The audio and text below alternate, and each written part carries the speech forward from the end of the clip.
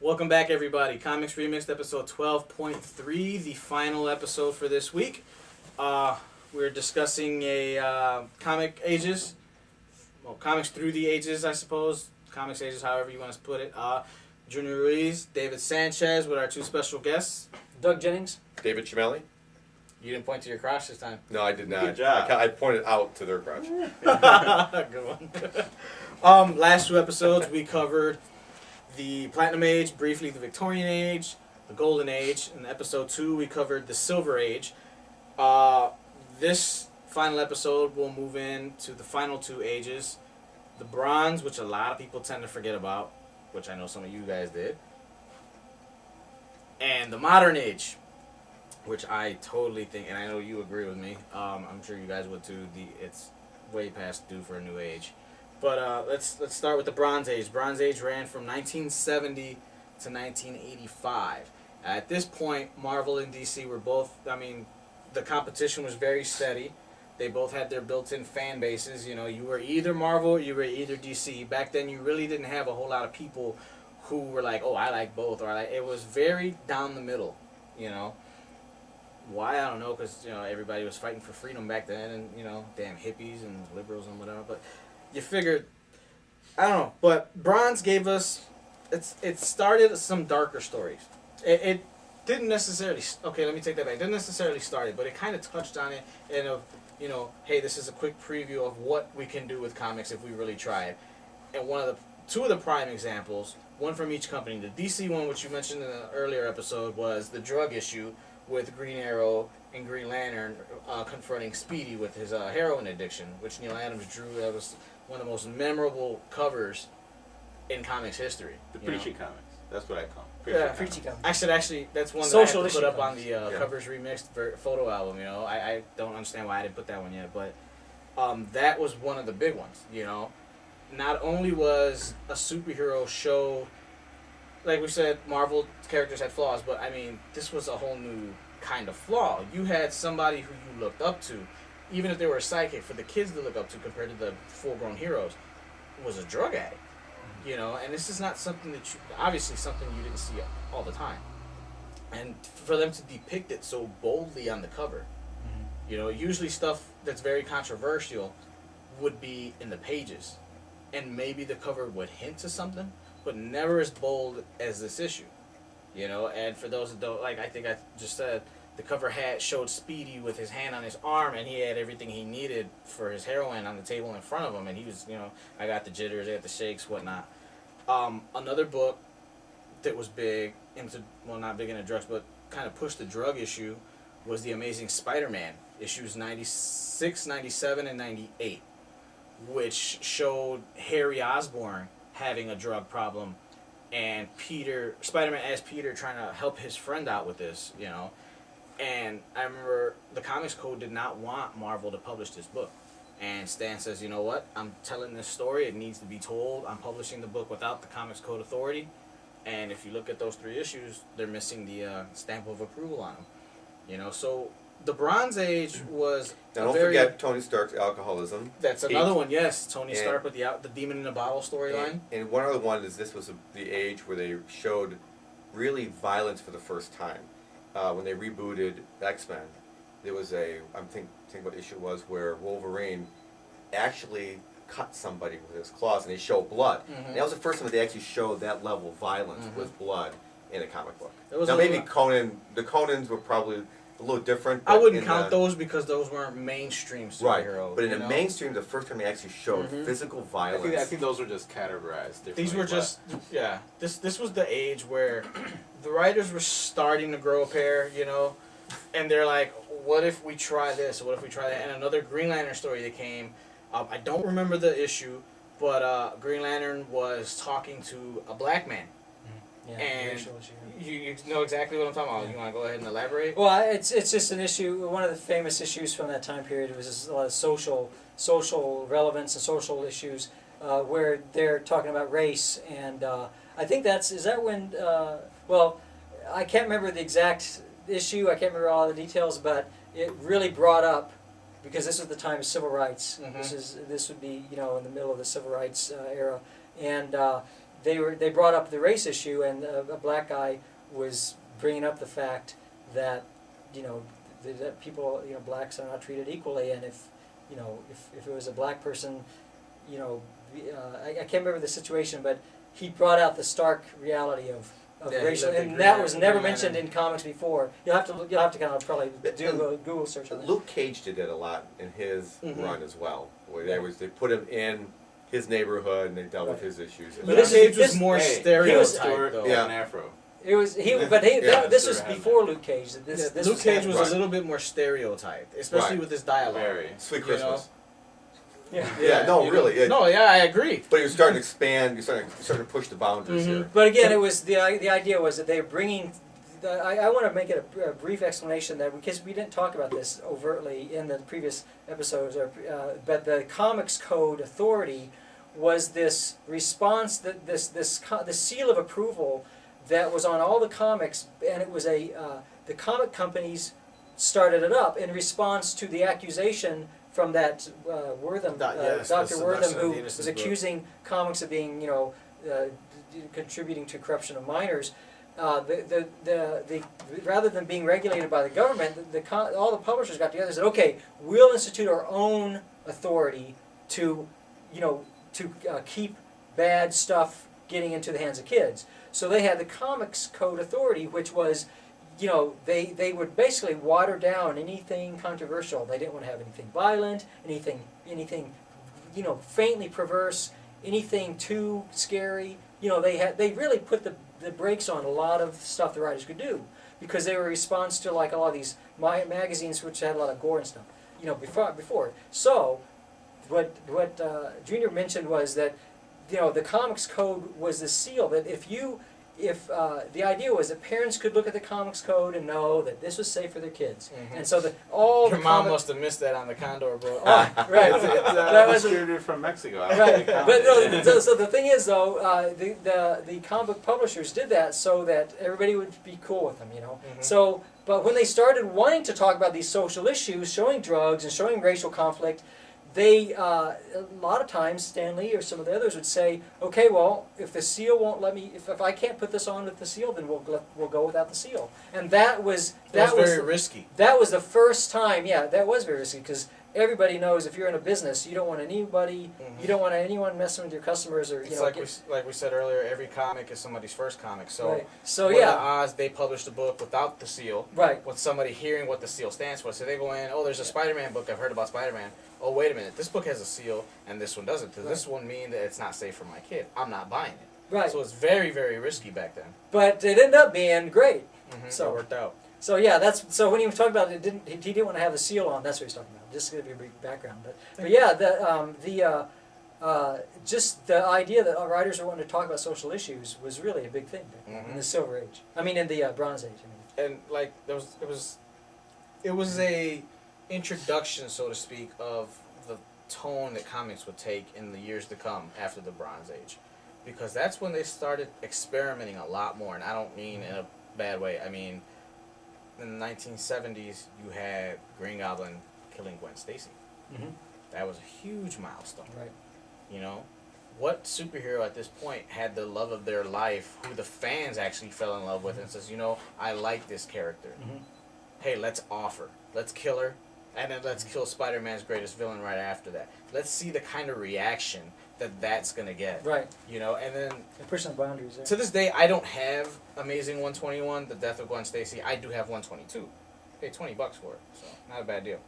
But I mean, I've read the story, and I don't care what decade it was published in, how limited it is to the language and the lingo, everything of back then. It's one of those stories that you could read in any era and will read as if it was created yesterday. That was a big thing back when in the 70s when Marvel's like, okay, we kind of tackled the drug thing, now let's tackle more real. You kill off the hero's girlfriend. You imagine the kind of impact that had? Well, Yeah, it was crazy.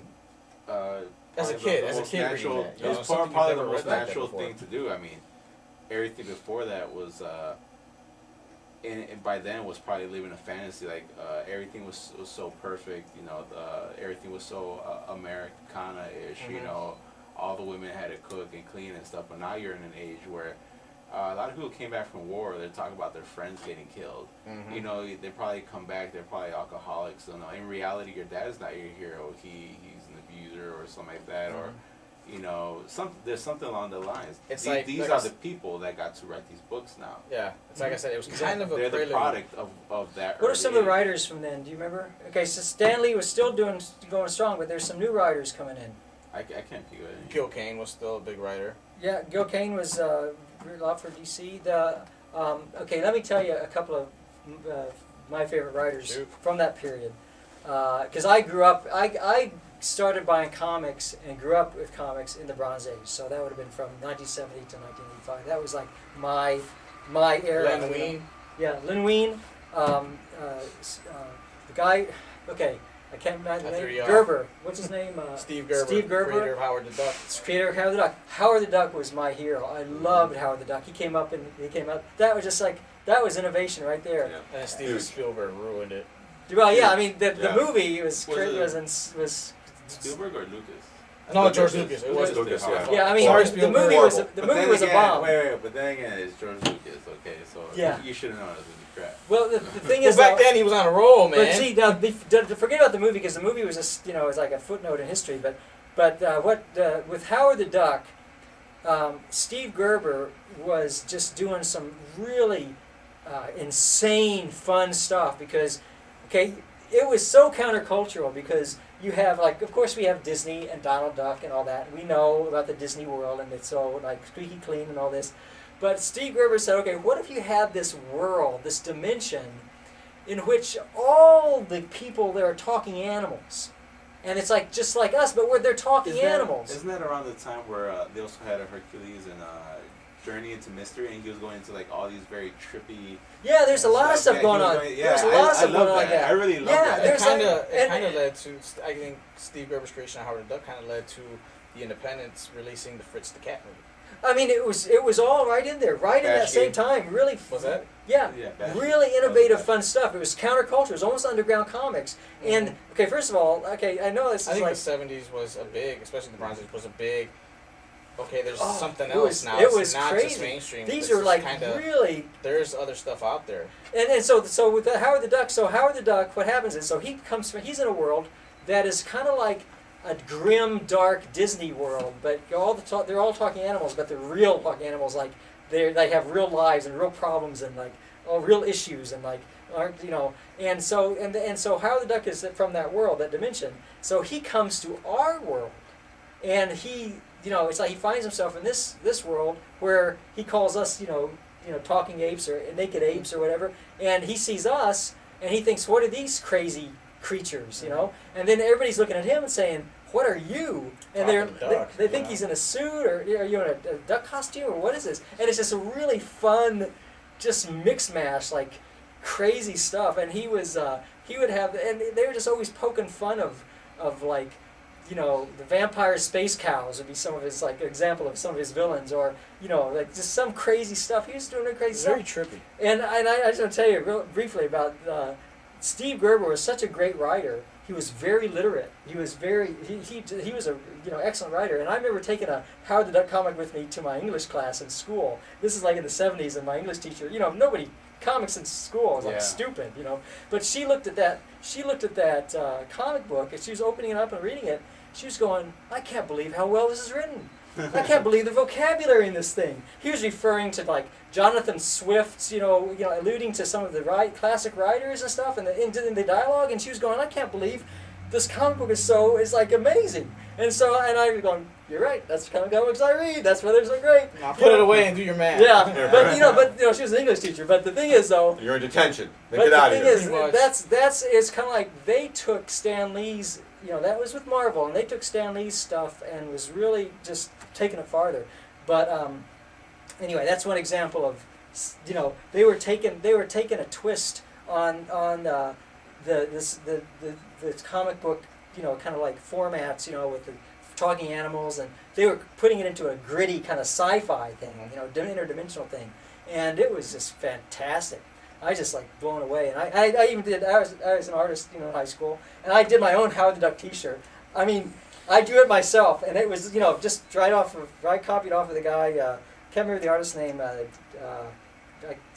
My name escapes me, but I love that artist. He did a lot of Doctor Strange too, and I just did it just like him. Had it on the T-shirt, and I wore it to school all the time. And it was like I just I had like your Cujo T-shirt. so much fun with that. Which you heard about, by the way. Oh, Yeah. there you go. So yeah, so I think the main point I'm making is that they were just doing really fun, trippy stuff, but in the best way. And Howard the Duck was just one small example of stuff that people were doing. There's so many things from that era that's my era, and I could name you. I could list. I don't want to take too much time because I want to give Arista a share, but I could list so many things that was happening then. That was just like to me it was like.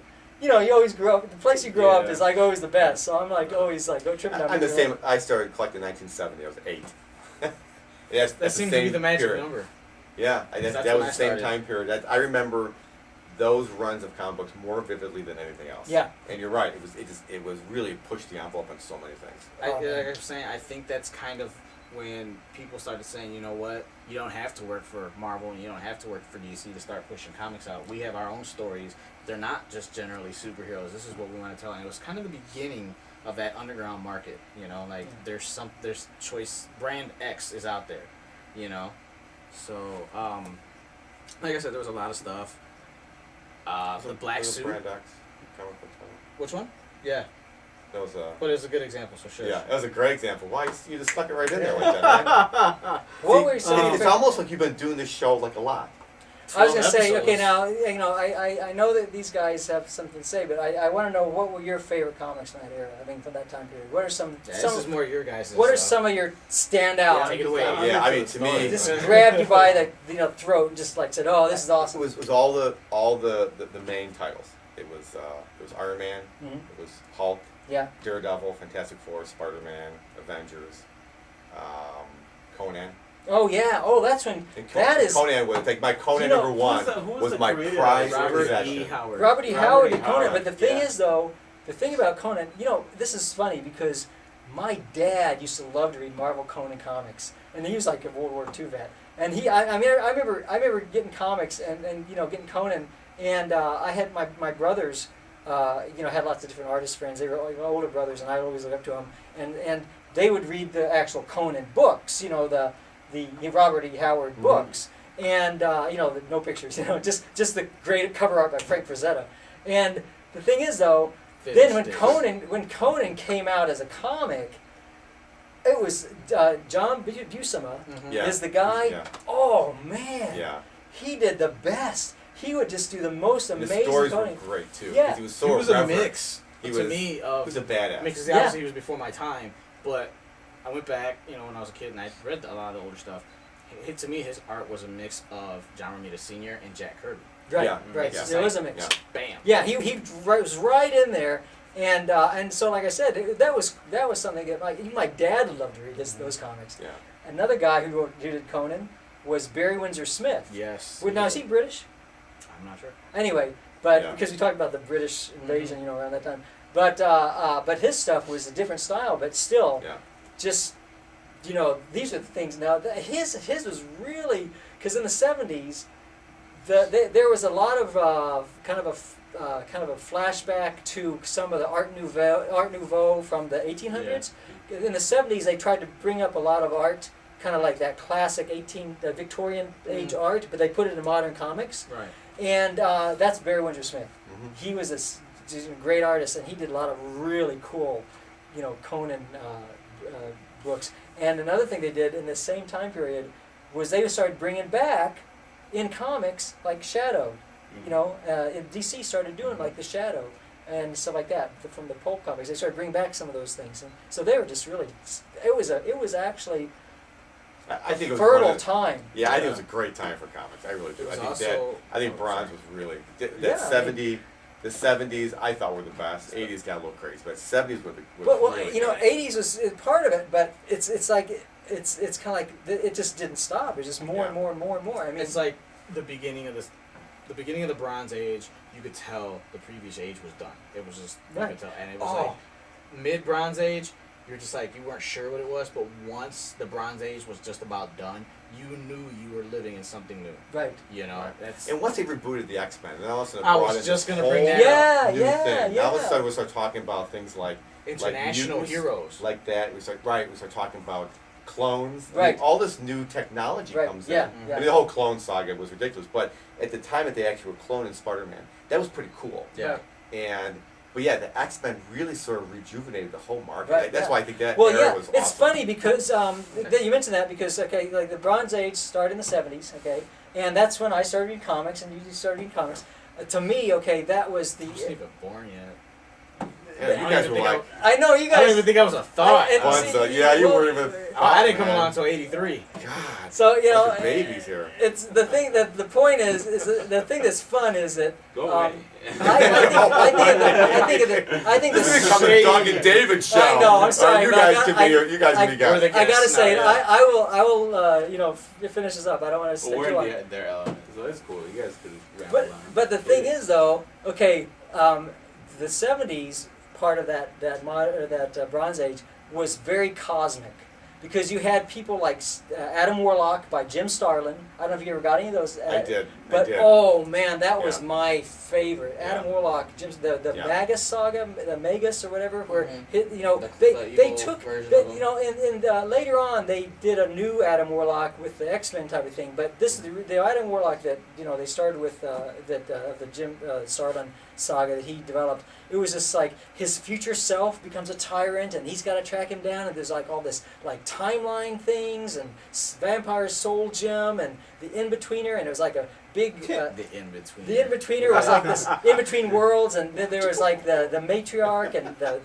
they had like Jim Starlin had this really big hostile attitude about the Catholic Church. So he was like doing all this stuff in his comics, like there was like these church symbolism of rebelling against the church, and they were like this oppressive regime, and Adam Warlock was trying to get to the center of it, and then the Magus or the Magus, I can't remember, was the prime villain, and then he finds out it's his future self, and it's like there's all kinds of stuff going on there, and it was cosmic. It was So, yeah. groundbreaking. It was groundbreaking, and also you have Silver Surfer was also Yeah. big in that Huge, time. Yeah. So huge. my favorites were Adam Warlock, Silver Surfer, and then Doctor Strange. Yeah, that Doctor. Oh man, I mean, they're all cosmic characters. I mean, these are all like the supernatural characters, the mystical characters. And somewhere we got to Cap Wolf, and I don't know how that Oh, happened. that was in the '90s. I know. I'm saying. Yeah. This is how it went all downhill after Well, that. It's like Extreme, that guy. Oh my God, Yeah, it You just must got have read horrible. the top 10 countdown.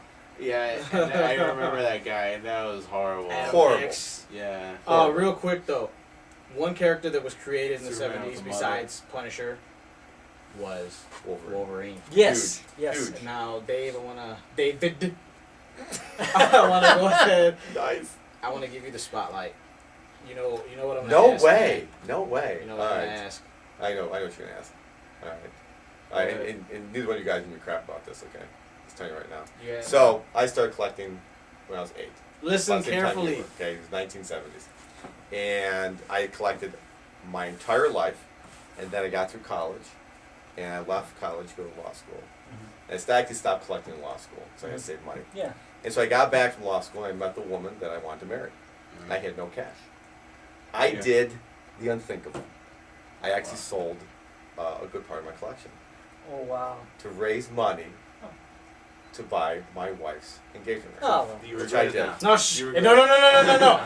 There's more. Listen. Okay, so I give my wife the ring. There's a whole story about, she knew I sold a good part of my collection. I still had a good part left, but I sold a good part of that collection. And part of that collection was Hulk 181.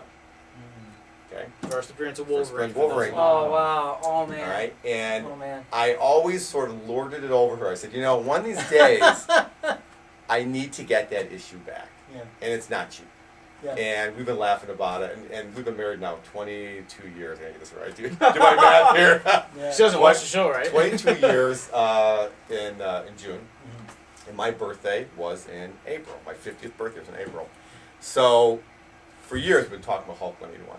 So my birthday comes and we go away to Springfield, check out the Lincoln Library, and she's giving my gifts, and so I'm opening my gifts up, and on the very top, I open up. There's like a comic book sized package. Yeah. I open up, and it's a reprint of Hulk 181. Oh, wow. And we started laughing about it. She says, "Oh, there's your Hulk 181. Ha ha ha." We're laughing about it. So, oh, how funny! It cost you $2 on eBay. So I get to the rest of the gifts. The last gift, I open up, and lo and behold, she gets me Wow. a 9.4 Hulk Oh, 181. Wow. Unbelievable. Oh, Now, wow. the one I sold And then was probably 0.4 not means like this. it's like total quality. Yeah, mine was probably not that. I mean, I probably read this thing so many times. So she gets me that, which was unbelievable. And I gotta say, my jaw Oh man. just dropped open. Oh man. And so it was funny because That is so sweet. yeah, and it's funny because one of the issues I did have, which was probably my prized issue. Oh, so now you're like, you know what else? Yeah, well, no, this is unattainable now, unfortunately. It was Spider-Man 25, first appearance of Mary Jane Watson. Oh Now- man. By the way, I lost that auction by Did 2 you? cents. But the one I had was probably a 9.5. It was Oh, nice. pristine. This would go for a lot of bucks. Yeah. So yeah, so that's the. That's awesome. That's yeah. awesome. Wow. That's Now I nice. did hold on to all my Fantastic Four, and I held on to all my ones. So I have Conan 1, X-Men 1, Daredevil 1. Not in great shape, but I mean they were okay shape. Right. So, but sold a good chunk of the collection. Yeah. Like how nobody remembers Wendigo. Yeah, I know. Wendigo. And by the way, the He's story right is there. really lame. The It story- is a really lame story. Yeah. I'm reading it going, this is awful, really?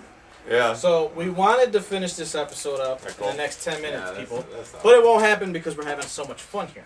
So we're just going to go ahead and extend this. So if you're tired of watching our faces and hearing our voices, feel free to turn the show off. But we're going to continue because now after the Bronze Age, we have what is known as the Modern Age. And that's from 1985 to, well, now. You know, I will say, in my opinion, I think the Modern Age should have finished at the year 2000. 2000. I agree with that. It should have been done by that. It should have been from 85 to 2000. When the Ultimate line was booted, Yes, I think they should have that's a good ended. point. They should have started a new era. Age, exactly. Yeah. But we'll call it the Modern Age because I mean, technically that's what it is. Because I wouldn't compare. So this what's is happening our- now to then. Right, exactly. The artwork, the And there's a quality, whole and bunch of everything. different We were factors. talking about Right. go There's ahead. different factors that get into this, which we'll get into. But I mean, this is our era, David. This is when we grew up. You know, the Modern Age. You're big old fucking Liefeld. I love Liefeld. I'm a big Liefeld fan. Woo, Liefeld. I'm sorry, man. I love Youngblood. Yeah. Best comic ever. I love him. Well, it was innovative stuff anything for the that day. I collected the Max. I still have my Max issues. Oh, yeah. Almost If you anything ever- that the came heater out ever of turns off. Image, I collected. Yeah, but I mean, this was our era, and I mean, a lot of kids now, they're like, oh, to them, they don't know about ages because it's not discussed as much anymore, you know. And we were saying it earlier, and we just said it now. From 2000 to current should be known to me or to everybody the digital age. Yes, digital comics just started about 2 or 3 years ago, technically, but we got into that. There's the internet. You can go online and read your comics. You can buy your comics online from eBay. Yes, it was around the 90s, but And it was not almost as like they were frequent. being written and colored I mean, from a Everything's from a- pretty much yeah, digital right. now. Right. I mean, if you look at like the ultimate, look at the ultimate Right. line, Spider-Man. Right. It was slick. You know, it had that slick cover. The colors were just beautiful. Right. They were using what was Computer. available technology, Yeah. Yeah. unlike the crap that you saw before. Exactly. So yeah, I think they really should. break Yeah, I it mean, at because the way that they did comics, you know, it really hit its stride. Again, and then part of comic book history has to take into account the way things are printed and the way things are made, and the paper stock. the paper especially. stock, and because with the advent of the computer and the advent of the computer, you could make comics better, but also cheaper Mhm. because you Sell cut that down to a lot. Marvel and their $3.99 cover price. Well, I mean, that's that. But the thing is that what you're getting. I mean, I think comics now are the best they've ever been. Oh, of because course. The quality. I mean, it's just. I have comics, you know, from the 70s or 80s or even 90s, and I look at them, you know, compare it, and the qualities, the production qualities is great because they are able to make much better effects, special effects in the comics with the computer, you know, tones and the lighting and the light. the lighting and the color is just richer, and the quality of the paper, and it's all because of the computer, the digital age. You know, it's just it's a big a big innovation. It'd be like, you know, the invention of the printing press. You know, Yeah. it's like that type of quality. Sliced bread. That type of groundbreaking or like just world changing type of thing. So You know, but you're right. I mean, the modern age can be really defined, and it sucks because a lot of people pinpoint it to this era, the 90s. You know, the 90s was the big comic boom, where everybody had to get a comic. You know, the comics were the thing to get. Well, it was on TV. The Mhm. the cartoons were on TV. They really started to monetize the characters, and they Mhm. really started to just push it out. Then you got the crap. Then came And with it, like that's when Catwolf they, or West And, Coast Avengers. And Mother Superman. oh god, yeah. And Came Superman after with the that one, cloth Mother. leather jacket, Yeah. wristbands. See, and- that Yeah. was all That that was all really trend. gay. That was all trend, and that was what the problem was with the 90s. 90s was trends. 90s was heavily overprinted. How many copies did X-Men 1 sell? How many copies did Spider-Man 1 sell? You know, and the thing that irritates the hell out of me is, yes, the 90s gave us cheesy variants. They gave us hologram covers. They gave us foil covers. But I want you know my what? cheese back. Exactly. I want my Exactly. cheese back. I'm gonna pay $3.95 for the Fatal Attractions hologram Magneto cover. That was so great. That hologram Magneto was awesome. You know. Now books are $3.99, half the size of that. They took away the holograms. They took away the foils. They took away the embossed. Why? Because they're gimmicks. Yeah. What do you call the incentive covers that come out now every week? You know, every issue now The has to sketch have cover. the sketch That's cover. cheaper Well, to print, and should cost now they're less. bagging these comic books, Mhm. which make me mad because they know someone like you and you and you and me that collect. Mhm. I'm gonna buy two, one to open and one I'm gonna Exactly. stay unopened. And See- that's gimmicky right there. But my thing is, why sit there and say, all right, here's Spider-Man 700. Here's Spider-Man 700, Yeah. 1 out of 10 variant. Oh, what that? You got to pay $20 to get this Yeah. one. There's nothing special about it, just another cover.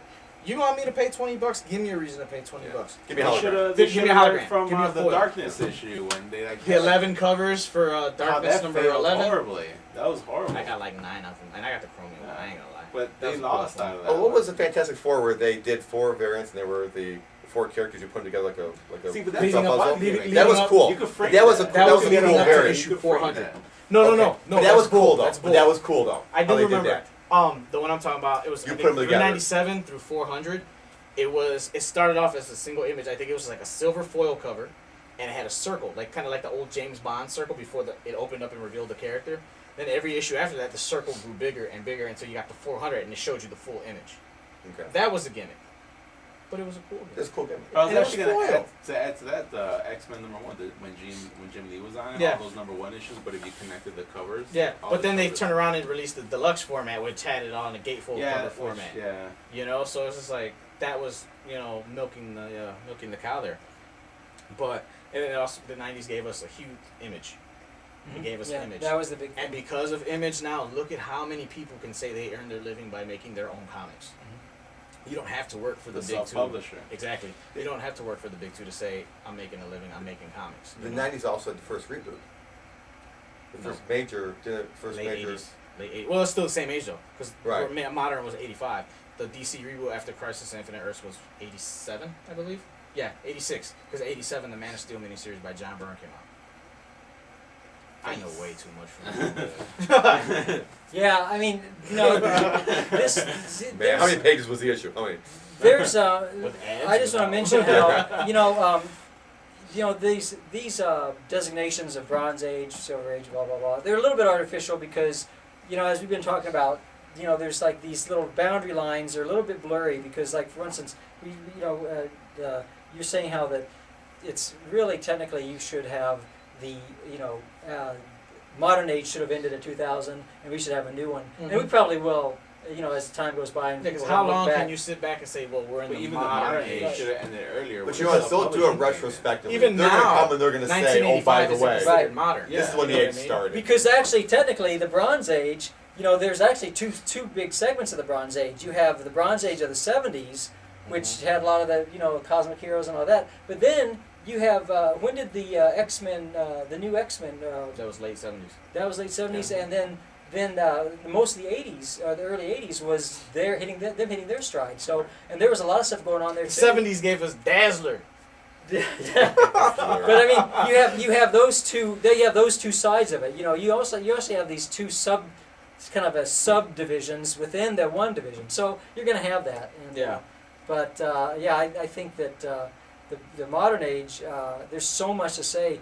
There's so much to say about each of them because I remember being aware of the you know when John Byrne was rebooting Superman, the Man of Steel. You know, that was a really big innovative thing that had a lot of impact on the way they depicted Krypton every time for a long time. And now they don't do that anymore.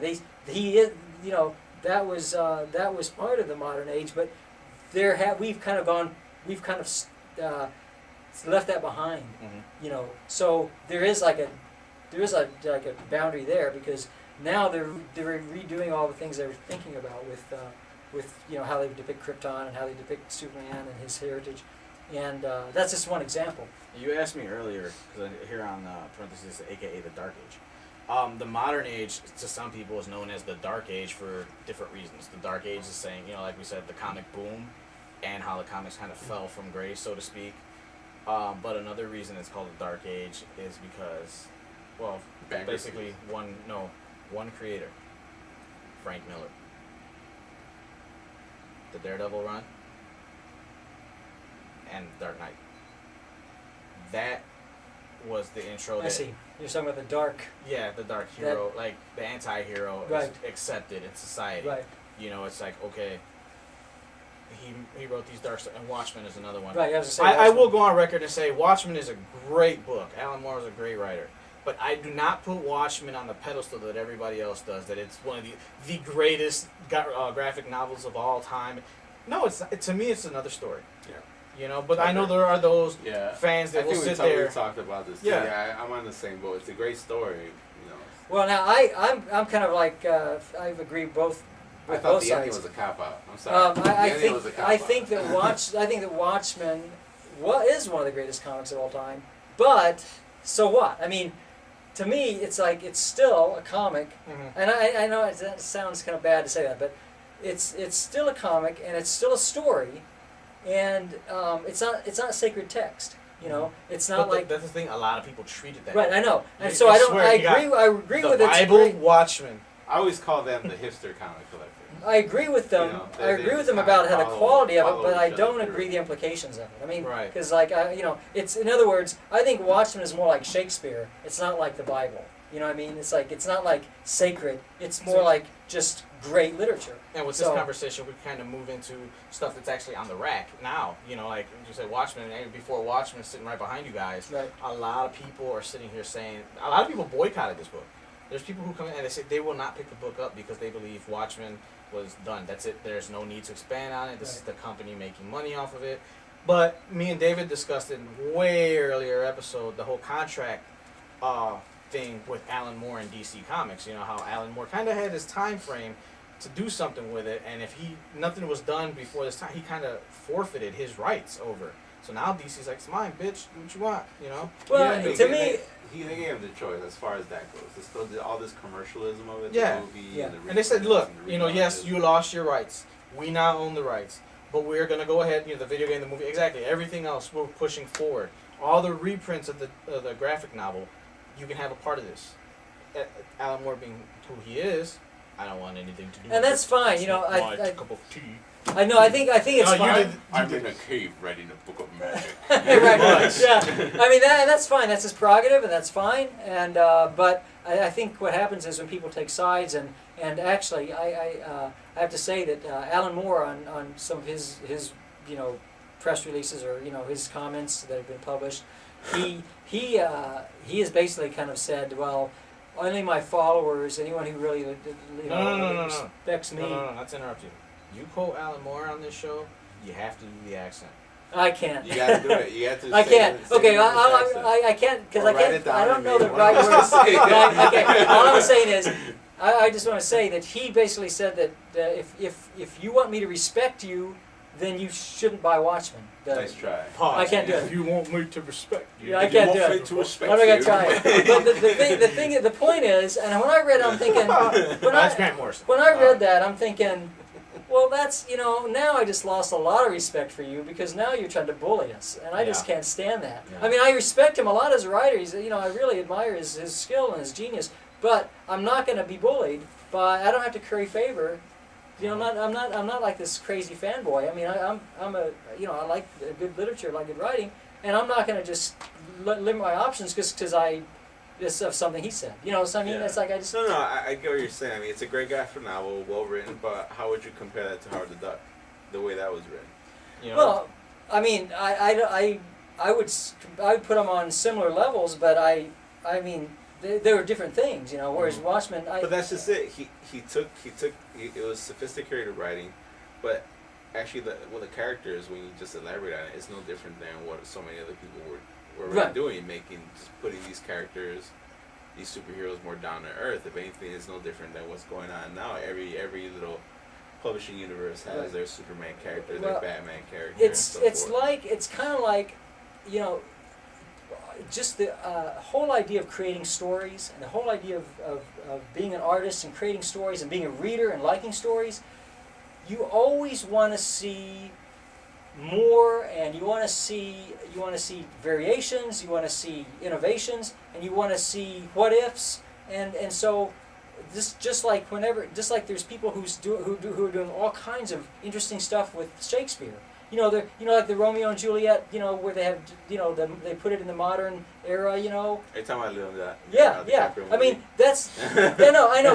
Whatever you think of that movie, I mean, it might have been No, schlock. it's a good movie. But the thing hey, is, there's where cool. you But the started thing thinking is, about Leonardo DiCaprio along this line, I have no idea. but what I'm saying is that type of thing. What's wrong with? There's nothing wrong with that. That's great. It's great to be innovative. It's Yeah. great to be creative. It's great to say what is the backstory of these people? Why don't we hear more stories about that? And so you're always going to have that. And I think that's great. I think we should always do that. Yeah. And so like I think that at the same time, just like Shakespeare is worth study on its own, Shakespeare is really good quality literature. It's worth study on its own. And yeah, it's great. Go read Shakespeare. Does that mean I can't write another? You can't write other stories that are like based on Shakespeare? No. Which didn't do that. I'm trying to remember this, but isn't it even in Shakespeare his days, what he was doing with this theatrics and stuff like that, that was actually considered low, wasn't Yeah, it? exactly. Yeah, that was exactly. considered lowbrow. Exactly. Well, it was considered media consumption, and he threw a lot of stuff in there for the peanut gallery, or for the the standing room only type. Oh, the ghost is his dad. Fuck yeah, eat it up. Right. Yeah. I mean, the thing is, he would say lots of crazy stuff in there. But my main point is that let him write all kinds of stuff about before Watchmen, and let's see what it is. That's interesting. I want But to see, see that was another point made against his ego. Was he's talking about you shouldn't touch my baby. Well, he's done it to other people's babies with the League of Extraordinary Gentlemen. It's None unreasonable. of those are his Yeah, characters. it's unreasonable. It's unreasonable. He took that and innovated out of none of them are no, his. the Captain Nemo and above, or Yeah. what his name is, and he did that. So it's just fun. It's just creativity and fun, and it's just like why make it a big drama? I Well, don't now that you say, comics, yes, now that you say creativity, comics are a creative thing, obviously. But let's look at this age and everything that's given to us creatively. All the new things you mentioned earlier, the Ultimate line. Nobody thought that was going to stick around. It's been over 10 years now. Nanotechnology. Everything's got nanotechnology. Yeah, used to it, nanotechnology, right? yeah. Everything's. Yeah. Everything's nanobots. That's what. Damn nanobot. It's them nanobots. And these last this era was actually big on events. Not real world events. Way so too to many speak, events. but Super big saturated. crossover, big events, big what they would consider summer blockbusters in comic form. But it's just, they didn't happen as natural as other It- ones because these are all lead Right. ups to- Now it's like, to the when we movies. were reading, when we were growing up, it was more of every time they had an event, it was about every 2 years or so, and it was Yeah. always something big. Yeah, the Clone Saga, which I said before I Onslaught. say it again, I fucking love it. I love Onslaught. The Onslaught That was- Saga, that the was Fatal freaking Attraction, awesome. Fatal Attraction. the Fall of the Mutants. You had, what was the Executioner's Song? the Phalanx. You had the Infinity Quest, the Infinity Gauntlet, the Infinity War, the Secret War, where Spider-Man was introduced to the black suit, The DC second had Civil War was the horrible. after Infinite Crisis, they had their rebooting. They had the Death of Superman, the Reign of Superman, Nightfall, Cataclysm, Yeah. No Man's Land. Yeah. The Killing Joke was another great one. You know, Yeah. Paul Dini worked wonders when he him and his name escapes me at the moment. The Batman guy, Bruce Timm. Bruce Timm. The animated series Yeah. blew back. I mean, that just took it in a whole nother direction. That is still like the best Mr. Freeze. Yeah. That is the Yeah. best Mr. Freeze ever. And then, like I said, Why not? it all ranges in society. You know, like now we mentioned in other episodes, in other episodes we got the And You got Joker more- laugh. more, What did the Joker's voice? Skywalker. Yeah. Mark Hamill. Mark Hamill. Thank you. Yeah. and now you've got more acceptance of society and it's reflecting in comics with currently the gay issues with North Star proposing in X-Men 50 and the issue 51 with the I think that's wedding. kind of like a correlation with in the 70s with The the social drugs, the the social social- issues. the And now they're racism, still doing yeah. that, you know. You know, but it's more open, it's more accepted Right. nowadays, you know, and that's just the way I guess society works. And the fun thing I love about comic books is the fact that everything that happens in the world is somehow reflected. And no matter how serious it is, one of the best examples was 9/11, when they had the Marvel characters specifically, since it was based in New York, haha, DC, you couldn't do it. Alternate universe. Where was that? Yeah. Where was that? Where was Metropolis? that? What? There's no You World know, Trade Center in Metropolis. Wasn't that like it's not Earth Gotham like City. 506? You know. Pretty much. Yeah. But I mean, that was one benefit. I wouldn't even say benefit because nobody benefited from it. But I mean, Marvel had a chance to let their characters be a part of this, so to speak. You know, and the most memorable issue out of all of them was Amazing Spider-Man Volume 236, the all-black cover. You know, the heroes and the villains in that issue, they put their differences aside and they were helping, and they, you know, the cops and the firemen and the paramedics and everybody else, they were spotlighted as the real heroes. Right. You know, and he showed, yes, heroes too can relate to real world. I mean, you guys know what I'm trying to say. You know, it was a very sensitive thing, but it's things like that in this age, and that we can easily relate to. Excuse me. Fuck, almost got him. You get him? Almost got him. There's been a fly running around. I've been trying to swat. Oh, there he is. Way to ruin your little monologue. Yeah. Well, yeah, I was waiting for the music to go in the background. We are going over, so I think It's cool. I think one of the things that I just to me as we sum it up is like I think comics are more relevant now than they've ever been.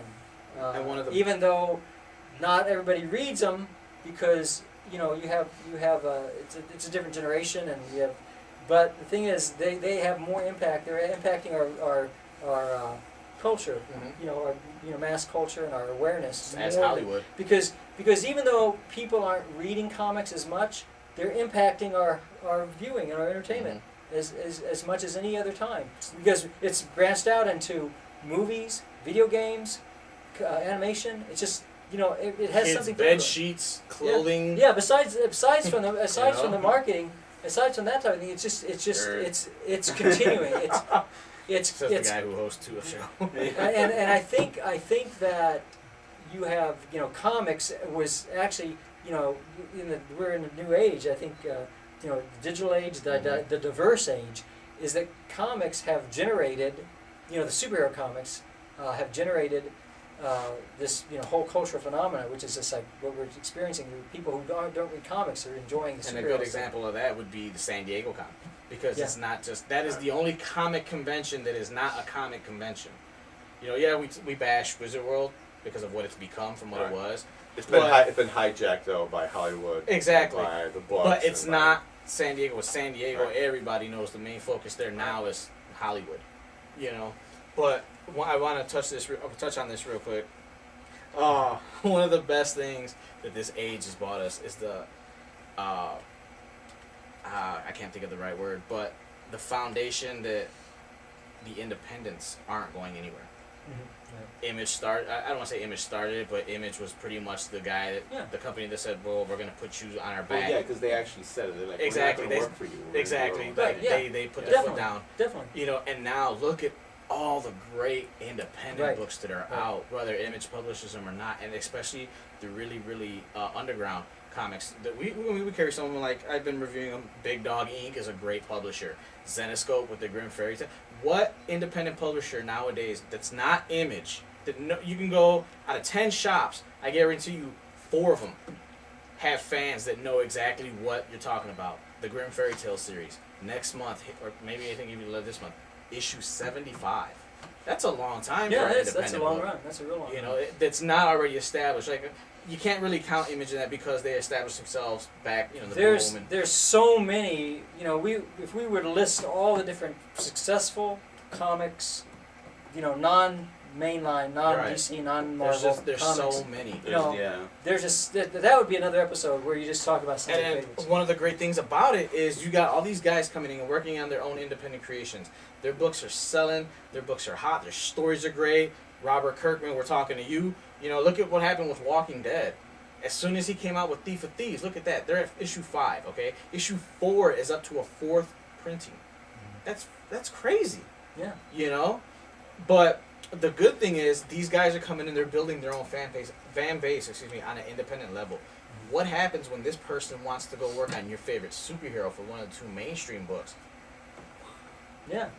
Well, which that's how it's been. That's what they. I mean, in a sense, it feeds itself. Yes. Because you have a creator who establishes himself independently.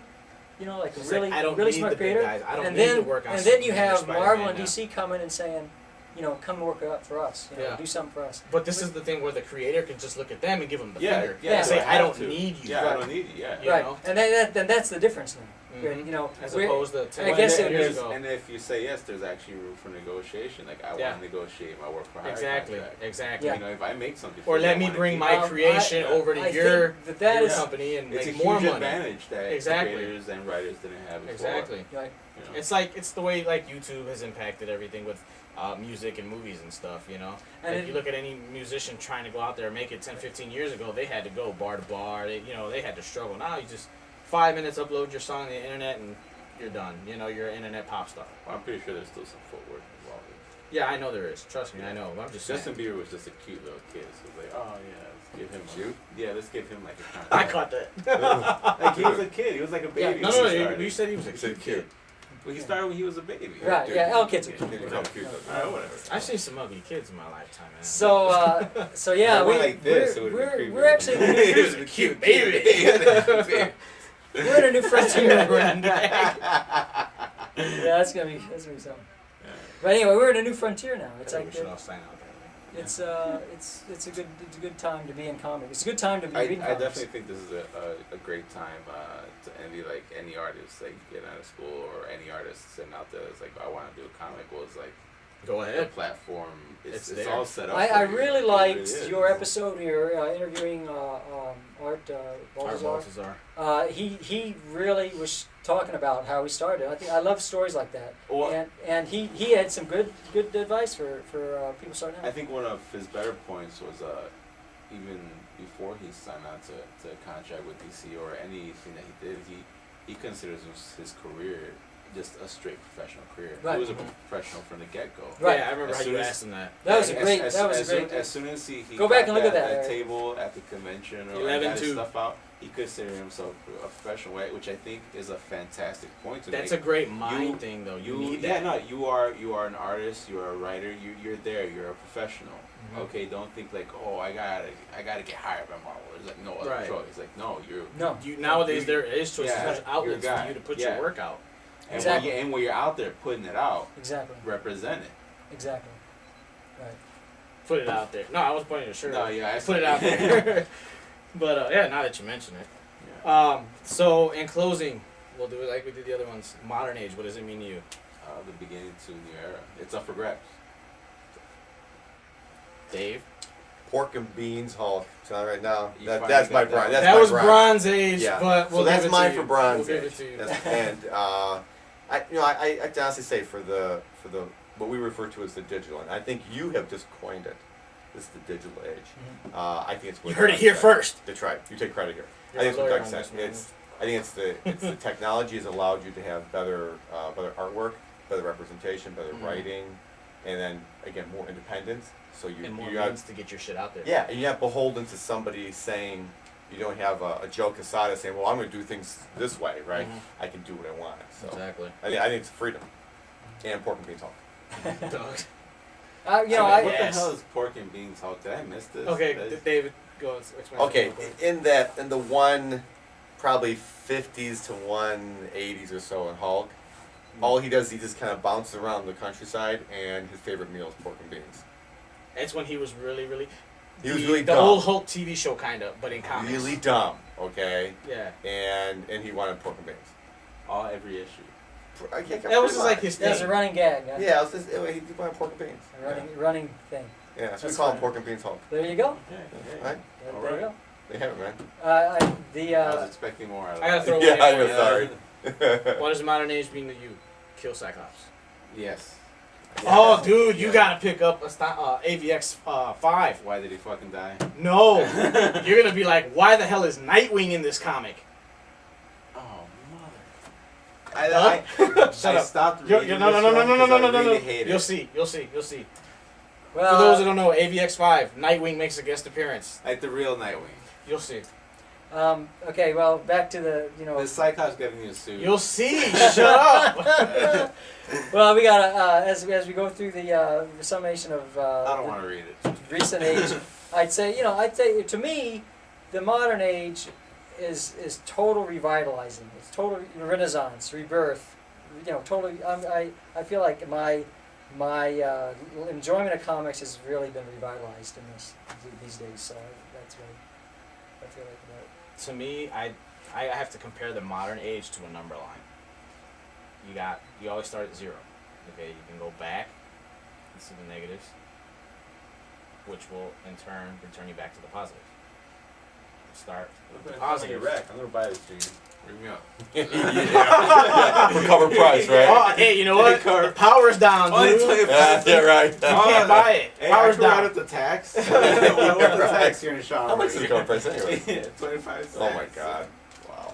I give you $2. That's a verbal agreement. Yeah, not really. Cover price. Dude, you're arguing with a lawyer, all right? Trust me, I lots want of a copy of loopholes. this tape. But yeah, I guess that's pretty much it. Like you said, it's a renaissance. I think if anybody were to wanting to get into comics, and I got kids coming in here all the time saying that they've never been to a comic book store, what do I recommend and stuff, and you got to put them on the classic stuff. You got to put them on the fun stuff, not too cheesy. You don't want to throw a 1970s Hulk or Spider-Man at them and be like, this is what you need to start with to a kid nowadays that's got freaking 3D video games. They're gonna be like, what the hell is this? What is pork and beans? What the hell is that? Never heard of that. The You know? CG in this comic book really sucks. Yeah, really. The special effects are garbage. When does Hulk bring out the gun? Can't wear my But- 3D glasses while I read it. Some of them you could. I will say, how we can tell you we are in the digital age. Besides some of these books coming with digital codes for downloadable, Marvel's doing this. The AR application that's running through their Avengers vs. X-Men. Hey, have you guys used this? Yeah. Have you guys seen it? Yeah. It is incredible. Yeah. What you do is you download the app to your smartphone. I have Hey, it. you got one? Yeah. You've got to show them later. And any page in the comic that you see with the AR logo, you kind of just put your camera on your phone on the page, and it shows you additional content that Yeah, you can't little see video. with the naked eye. A little video Oh, really? talking about something, or shows you a little extra thing. Cool. Yeah, it's like a special feature from like a Blu-ray, like when you're watching, or any DVD when you're watching like a trivia track and you're watching a movie and they have the pop-up trivia. It's something like that, but Yeah. off the page. Yeah. It is cool. pretty awesome, It's and that's awesome. how you know we are entering a new age, or we Yeah. already entered an age, specifically digital. I just hope DC comes up with something like that. I'm sure they will. They have to. If Marvel does something, DC will do it. DC Yeah, does it, I Marvel know. will do it. I mean, hell, look at Like the you see Monkey do. the new 52. Yeah. One of the big rumors going around for Marvel is at the end of AVX, they have a company-wide relaunch, Yeah. which who knows? Maybe It's a then wait and I'll see. start reading them. But how are you gonna do that? This is technically not even an event. It doesn't tie into anything really. It's not an event really, per se. except It for, was started the as a X-Men relaunch books and, because JLA, what does which the doesn't Phoenix really touch represent? Death and rebirth. Mhm. Knowing that Marvel has such a freaking screwed I up don't know. continuity Yeah, and so much tied exactly. out. That's what I'm saying. Yeah. It might be their loophole. Oh, let's use the Phoenix to destroy the Marvel universe and actually give rebirth to it so we Yeah. can start fresh. Yeah, all the better. You know what I mean? That's we talked about that All the earlier, but it doesn't feel like an event. Nothing like to me. It just doesn't feel like it.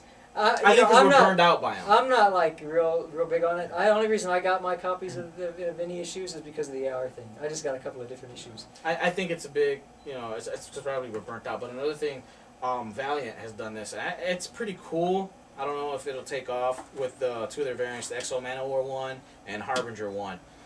They're called QR variants. There's a face on the cover. Right around the mouth, it's got a dotted line of a smartphone. You got to download the app, and you take a picture of it, and the comic talks to you. Sweet. Wow. Yeah. So. Just try that. Anyway, But, Digital Age. That's interesting. Right now, I've said it here first. You guys heard me, my witnesses. I've said it before also. 2000 on, I think this is Digital Age. You're a Hey, lawyer. Find out how we can coin that. We're gonna do it, man. Find out how we can protect do it. it. Don't worry. Yeah. You got it. Thank you for watching so much this long ass episode, but we bought it for your enjoyment and your education for those that didn't know, and it was a pleasure actually, having. I'm sorry. to cut you off. To reinforce your Digital Age argument, when we're at the Image 7 panel, they're talking about how basically Photoshop kind of like saved their lives. Like at the Yeah, end of it. I do remember that. Yeah. And then Liefeld was just like, yeah, Photoshop. I just draw the same And face. McFarlane was like, I'm relaunching one, buy my toys, But Yeah. that's a whole other story for a whole other day. But thank you for watching. Thank you for those of you that have been watching our weekly or our daily reviews that I've been posting up. David will hopefully start to post his up I was soon. actually gonna buy stuff today. Sweet. I can Yeah. see if the register will turn on. Actually, yeah. Like I said, I saw you got the Red Lantern trains. I've been wanting to catch up on the. We got the Lantern Green stuff. Lantern one too. We got one of the Green Lanterns left. Cool. So, anyways, thank you for watching. Please leave your comments. Remember that the Comics Remix T-shirts will be on sale soon. As soon as we get more information, we'll let you know. And I'm surprised we didn't announce it at the beginning of the show. We will be covering Wizard World Chicago come August. So if you enjoyed our C2E2 footage, hopefully you'll join us back and watch our Wizard World footage. Stan Lee is scheduled to be there. So I might get arrested for trying to get him on camera. Who knows? There's a lot more pop stars there. I don't think pop stars, kind of a Fake stars. more media stars. I Fake mean, stars. MTV stars. Yeah, When, entertainment. yeah, that guy Yeah. too. But I mean, if there's somebody out there, go to wizardworld.com, click on the Chicago convention link, and there's a guest list on there. If there's somebody on there that you would love to see us try to interview, get a quote from, a question, something, let us know. This show is all about fan interaction, which luckily we have two of the biggest fans that actually do interact with us. Doug and David, thank you so much for being on this episode. Like I said, I've been waiting over a month for this. It was a pleasure to have. Thank you for the pizza. It was great to have you guys here. Your insights, your knowledge, everything. Just thank you so much. Yeah, the stories are great. I yeah. really like the stories. It's probably one of the quietest episodes I ever Yeah, had. David never. That was really the only good. time he was really quiet was when he wasn't allowed to be on camera for the Avengers review episode. Yeah, yeah, I was really digging it. I also didn't want to interrupt you guys because it was pretty much your element. I mean, I was fucking born in those times. Yeah, I agree with you. I mean, Yeah. that was your guys' thing. Yeah. Once the '90s hit, it's like, Yeah. Other than that, I'll be in the trenches in the Artist Alley. I love Artist Alley, so hopefully this year, knock on wood. no hospital. So walk out, knock on wood. That's fake. Ask It is David wood. where That's his wood wood. is. But I'll definitely be there. man. Don't I love go Artist there. Alley. You guys want your moment on the camera? Just pull me aside. I'll be happy to ask Yeah. questions, interview. At All about C2E2, it. we only got one fan interview. We're all about the fans. If you want to be on camera and you've got questions for us, if you want to talk, you send a message to your favorite creator, whatever have you. Hey, you see us wearing the Comics Remix t-shirts or bugging your favorite creator or walking around with business cards, what have you, just being annoying, stop us. We'll be annoying with you. Like I said, it's all about fan interaction. So until the next one, actually, you'll see me Monday, the next review episode. But until we come back with episode 13, Junior Ruiz David Sanchez. and our two guests, Doug Jennings. David Chamelli. thank you so much for watching and bearing with us. Have a great night. Have a good night. I'm going to see Prometheus. Finally.